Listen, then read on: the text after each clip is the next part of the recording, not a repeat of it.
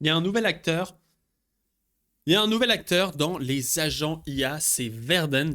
Bring the joy back to coding, focus on creation. Alors, ce qui est assez intéressant, c'est que ça mixe un cursor, mais focus à 100% sur l'agent. Donc en fait, c'est ce que j'ai un peu vu comme étant un cursor sans avoir besoin d'éditeur de code. Donc parfait pour des gens qui potentiellement ne coderaient pas.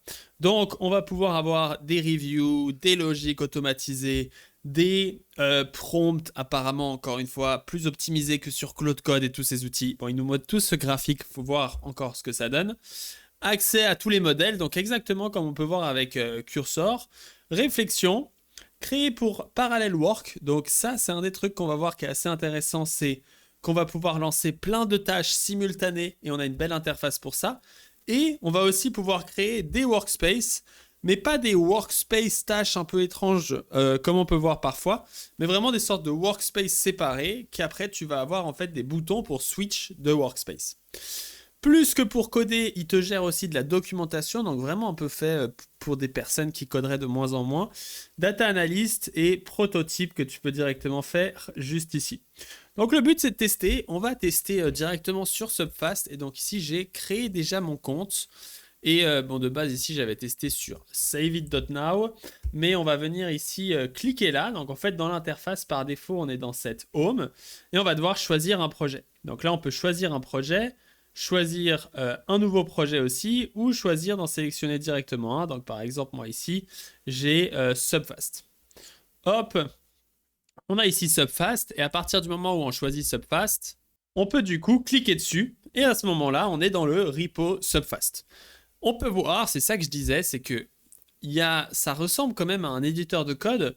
Je pense peut-être d'ailleurs que c'est un fork de VS Code. En fait, je sais pas si je peux voir. On a un bouton quand même Open in VS Code, mais là on a une interface qui ressemble pas mal à VS Code. Je suis pas sûr s'ils ont fait un VS Code, mais du coup ici on peut lire les fichiers, mais c'est vraiment pas le but. On peut voir que cette interface elle est vraiment toute petite et que par défaut on a uniquement cette grosse interface. Donc on va se rendre sur Subface juste ici. Et on va regarder un petit peu une petite feature qu'on va pouvoir faire. On va commencer par une feature très simple qui pourtant m'énerve énormément. C'est que ici, on a un bug intéressant. C'est que quand on crée une thumbnail, on a un placeholder pendant une seconde qui est pas joli. Donc ici, on va tester comme ceci. Donc, boum, je vais choisir moi.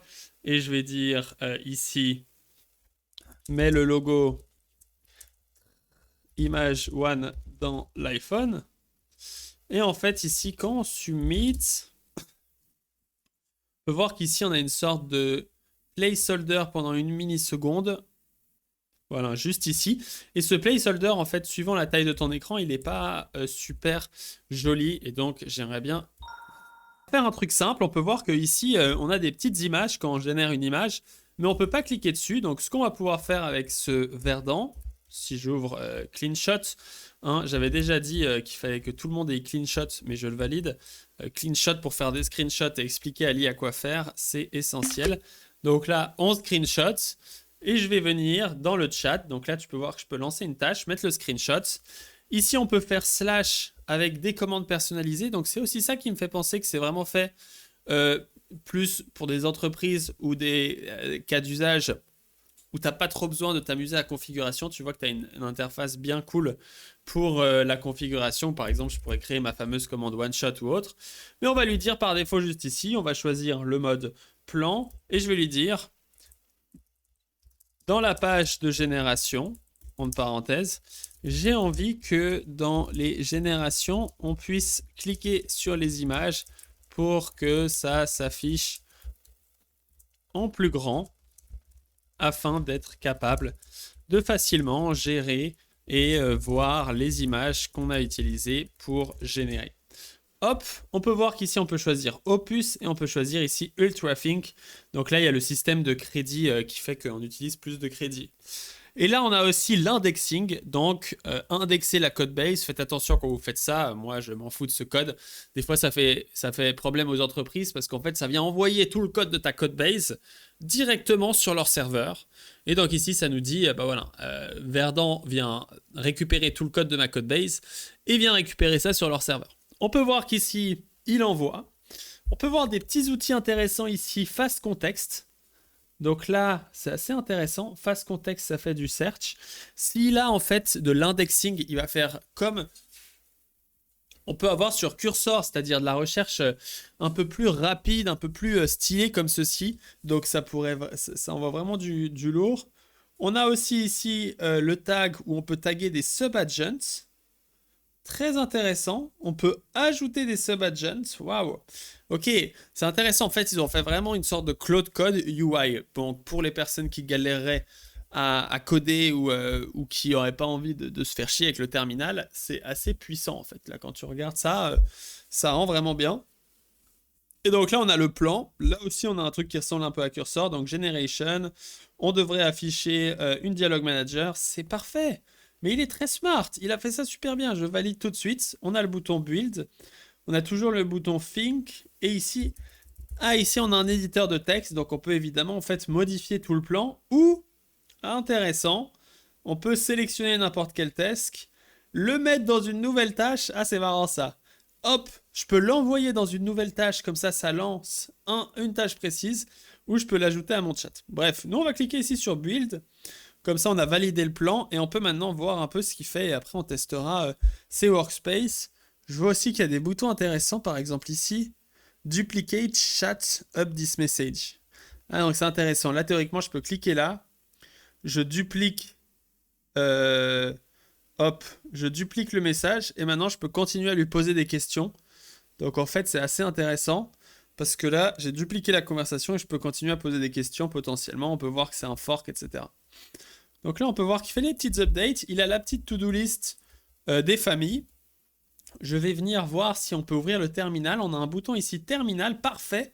Et c'est assez fou ça. Hop, on peut du coup lancer PNPM. Donc moi, je vais lancer ça sur le port 3005 PNPM Dev pour lancer ma petite application sur le port 3005.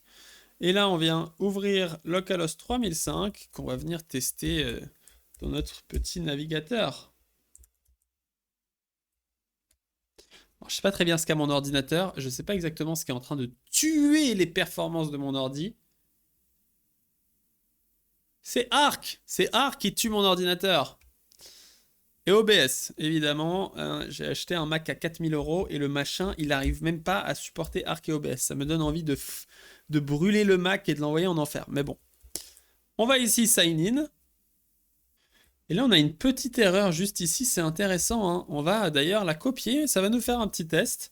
Du coup, là, imagine-toi que tu as une petite erreur, tu lances une nouvelle tâche et tu fais debug and fix this error. Donc cette fois, il n'y a même pas besoin de lui dire le mode agent ou pas.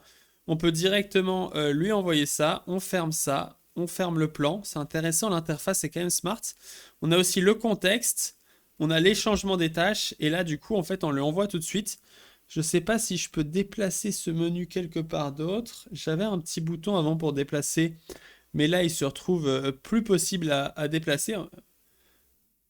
Okay, là, la tâche, il l'a détruite en 1 seconde top chrono.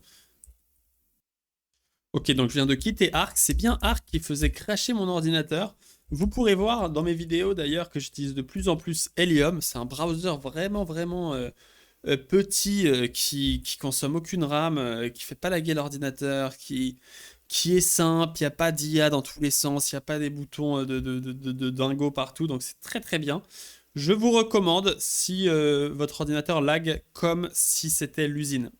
Donc là, on peut regarder par exemple cette petite miniature qu'on avait faite, qu'on a essayé de hacker. Donc maintenant on a les images et on peut cliquer dessus, ça fonctionne parfaitement. Référence image, référence image, référence image.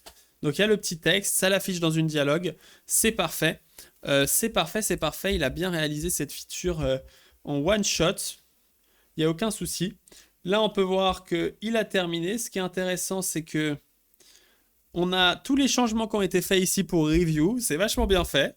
Donc là on a les changements de cette tâche qui a été du coup marqué un peu comme terminé. On a ici le résumé qui nous dit... Alors, est-ce que c'est le résumé? Non, ça c'était le résumé. Et là, ce qu'on avait, donc ici on a le résumé, on a la page qui s'est ouverte. Donc des fichiers. Ici, il y avait le plan, on l'a fermé, hop, ça. Et là, on a code review. Donc la même chose, code review. On peut cliquer sur code review pour venir review le code qui vient d'être généré, pour valider ou non un peu ce qui a été fait. Donc là, on va tout de suite cliquer dessus un peu pour voir. C'est ce qu'on avait vu sur la landing page. Donc moi, je suis toujours intéressé de venir hacker ce genre de petits trucs. Donc ici, on a Opus 4.5 qui vient réfléchir afin de pouvoir nous montrer un peu ce que ça fait. Donc là, ça a fait la review du code. Ça lui dit, bah voilà, il y a eu ces petits machins, ces trucs qui ont été fixes. Et donc là, c'est intéressant. Est-ce qu'on a un bouton pour lancer les fixes de la review? J'ai pas l'impression. On a juste une sorte de feedback ici qui a été écrit en français parce que j'ai fait ma demande en français. Ce qui est pas trop mal. Ensuite, qu'est-ce qu'on a? On peut du coup avoir la conversation. Là, on a celle-ci. Est-ce qu'on peut les fermer? Rename, delete, on peut que les delete, ok. Maintenant, on a du coup aussi le sélecteur de branches ici, donc ça fait vraiment penser à une sorte de GitHub maxing automatique, tout ça. Là, on a les changements en fait qu'on peut afficher ou pas, le terminal qu'on peut afficher ou pas, les fichiers qu'on peut afficher ou pas. On a résolu la use cache error et du coup là, on peut spawn en fait plein de tâches en même temps pour venir un peu améliorer le petit code qui sont juste ici. Par exemple, ici, on avait un petit bug. Mais on va essayer du coup la prochaine feature qui est le fait de faire un petit workspace. Donc là, je peux créer un petit workspace qui va être séparé de ma branche. Et du coup, ici, moi, j'ai un peu la flemme. J'arrive jamais à trouver des noms de workspace. Donc j'appelle toujours la date du jour refactor parce que souvent, je viens faire 12 000 trucs dedans. Et donc là, ce qui est intéressant, c'est qu'on a le repo de base et ici le workspace qui a été créé. Et donc là, je peux mettre ça et je peux dire résout le problème dans les personnes où certaines face dépasse complètement du composant parent STP. Hop. Et on a aussi add person. Faudrait ajouter aussi ici check aussi ici si on a une documentation qui explique les personnes et rajoute un bouton à côté du create person pour pouvoir apprendre à créer une bonne personne. Ça va être aussi bien pratique. Donc ici, j'imagine, soit je le lance ici, et là, quand j'appuie sur Enter, il ne se passe rien. Donc malheureusement, ils n'ont pas encore implémenté de queue. Donc si vous m'écoutez, implémentez une queue, parce que là, du coup, je peux juste le mettre dans une nouvelle conversation, ce qui n'est pas très dérangeant, vu qu'en fait, c'est méga smart et smooth de switch entre toutes les conversations. Mais voilà un petit peu. On peut aussi lui dire d'enlever. Ici, c'est pas mal. Donc dans toutes les features qu'on peut faire en dev aussi, ici sur localhost, je peux lui dire de rajouter des... En fait, j'ai rajouté une petite feature. Il y avait un problème, c'est qu'il y a des inspirations qui étaient vraiment à chier. Donc j'ai rajouté une feature qui me permet en tant qu'admin de valider, refuser ou mettre en avant certaines inspirations qui rendent bien. Et donc ici, je vais aussi lui dire, nouveau chat, ajoute la pagine... Non, ajoute la pagination ici STP et affiche plus d'inspiration par défaut 50. Boum, on peut lancer ça. On peut venir lancer migration. Hop, new tâche. Ajoute dans les migrations un outil pour ajouter des catégories à toutes les inspirations qui ont déjà été créées mais pas catégorisées. Hop! Donc là, pas mal. On peut voir si par défaut, son système prompt est assez strict sur le fait d'explorer et de comprendre. Donc là, on peut voir qu'il a le thinking. Et là, il utilise toujours ce fast context qui est peut-être une sorte d'agent. On peut voir ici, on a fast context qui vient chercher plein d'infos. Et il faut assumer que c'est assez rapide, hein. Son fast context, qu'il utilise assez souvent. Alors là, il ne l'a pas utilisé. Là, il a utilisé fast context. Il balance comme ça. Ensuite, il lui. Ensuite, il rajoute son petit truc. Il dit, je viens nettoyer mon histoire. Là, ici, il a corrigé le problème. On va tester tout de suite. Ça, c'est toujours comme ça que je travaille avec l'IA, les amis, hein. C'est lancer un maximum de tâches. Vu que ça prend plus de temps de réaliser la tâche que de regarder ce qu'elle a fait, autant faire ça. On peut voir qu'ici, c'est pas top, hein. C'est pas top, ça marche pas trop. Il y a toujours la face qui dépasse, mon ami Xo. Et en fait, on peut voir, et ça c'est cool d'avoir le petit chat ici, du coup tu peux balancer vraiment une pelletée en fait d'agents en même temps qui travaillent sur le même code, qui sont en train d'envoyer du lourd sur le worktree. Ils font pas la même erreur que j'ai des fois avec Claude Code quand j'utilisais les sub-agents où en fait il allait sur le mauvais dossier. Là, il a bien connaissance de son dossier, donc je pense qu'il a fait ça. Et quand ça termine, on a la petite notification. Non, toujours pas! Il arrive pas à résoudre ce problème. Là, on est trop compliqué. Ah, mais non, il l'a résolu. C'est moi qui suis trop con, c'est que je suis dans un workspace. Et donc mon serveur, il se lance pas dans le workspace. Ok, vous savez quoi, on va finir les tâches. Et ensuite, je vais voir si je peux facilement... Ah oui, on peut le faire. Ah, c'est sympa. On va finir les tâches. Donc là, on n'a plus qu'un seul agent qui va faire. Et ensuite, on va tester de rebase. Parce que là, on a créé un workspace. On a fait une action en un seul clic. En fait, on peut créer un workspace. Faire le setup script que j'ai pas fait. Mais ça, c'est le top. Comme ça, vous copiez toutes les variables d'environnement en fait du workspace principal. Là, on peut voir qu'il envoie du lourd avec ses 4 agents. Il a juste celui-ci à terminer. Donc là, on peut voir qu'il a fini toutes ses tâches et on va dire qu'on a validé. On ne sait pas ce qui s'est passé, c'est pas très grave, mais on a ici Workspace Action et ça, c'est génial. On peut soit créer une pull request avec tous les changements et donc merger manuellement, soit on a la flemme de créer une PR. On utilise juste le review mode ici pour review les trucs. Donc ici, pour review les changements, on doit faire cliquer sur ce petit bouton comme ça, on valide. Une fois que c'est validé, on fait rebase to made. Et là, du coup, je dois commit. Est-ce que on peut commit automatiquement? Merci, merci mon ami pour l'info. On va tout de suite ajouter pnpm add git commit. Ah merde, merde, merde, merde. Git add, git com, test. Hop, on a commit. Et là, on fait rebase to main. Please commit ou discard your local change. Ok, c'est pas grave. On va créer une PR. Ça aurait été pas mal que ça marche. Peut-être que ça marchera. Et donc, là, on peut créer juste la PR à la place. Donc, successfully push and change. Opening PR creation pages. Alors, le problème, c'est que j'ai pas Arc ouvert. Donc, en fait, il m'a ouvert Arc. Donc là, on peut créer la petite pull request qui va très bien et qui est un peu plus clean que faire mes trucs de dingo aussi. Et donc là, on peut merge. Une fois qu'on a merge ici, j'imagine qu'on peut delete le workspace. Donc, hop. Et là, ici, je peux git pull. Alors, en fait, je sais pas si... J'ai l'impression que... Ah, mais il y a git qui est là. Ok, je suis une enflure. Add. Et là, je pense que je vais avoir des conflits à 100% parce que j'ai mergé celui-ci. Sync change. Hop là. Overwrite remote with your local commit. Discard local. Reset to remote. Losing your local. Allez, let's go. On est fou, on discard.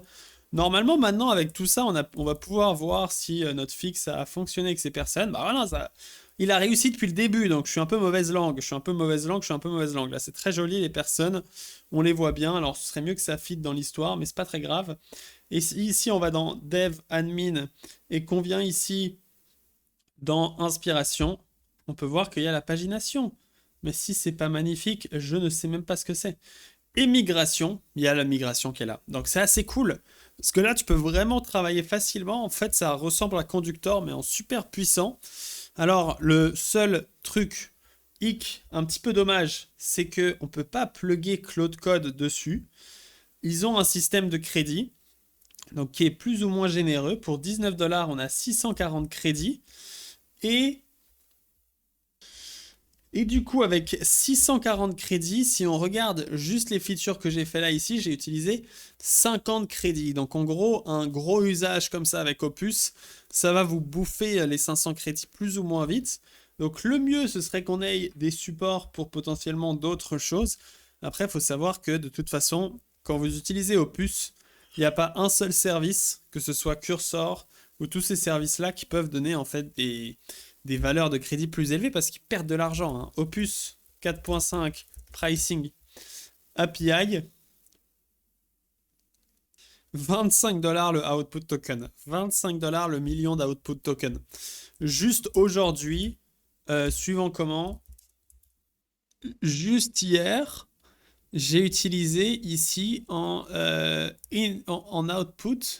Voilà, donc sur les 30 derniers jours, où je suis pas sûr de comprendre, last 7 day, comment on change? Sur les 7 derniers jours, je suis à 3,8 millions de tokens. Donc, ça va très très vite. Ça va très très vite, il faut faire gaffe. Mais voilà, c'est intéressant. Merci à Verdant de m'aider à avoir testé cette petite application. Si vous avez envie de tester, il y a 100 tokens gratuits qui sont juste ici. Donc comme ça, on peut tester gratuitement. 7 day free trial with 100 tokens gratuits. Ça vous fera quelques features gratuitement dans vos apps. Et voici, n'hésitez pas à me dire ce que vous en avez pensé. On se retrouve bientôt. Ciao, ciao.